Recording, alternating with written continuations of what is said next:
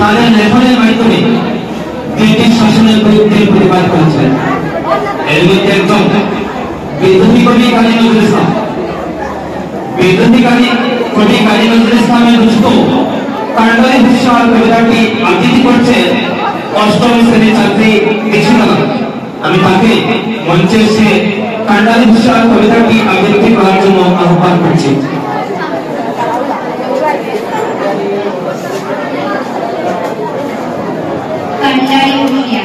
দুর্গম গিরিকাঙ্কার মরুদুস্তর পারাবার লঙ্ঘিতে হবে রাত্রি নিষেধে যাত্রীরা হুঁশিয়ার দুলিতেছে দড়ি পুলিতেছে জল পুলিতেছে ছিড়িয়াছে পাল কে ধরিবে মাল আছে কার হিম্মত কে আছো জোয়ান বউ আগুয়াল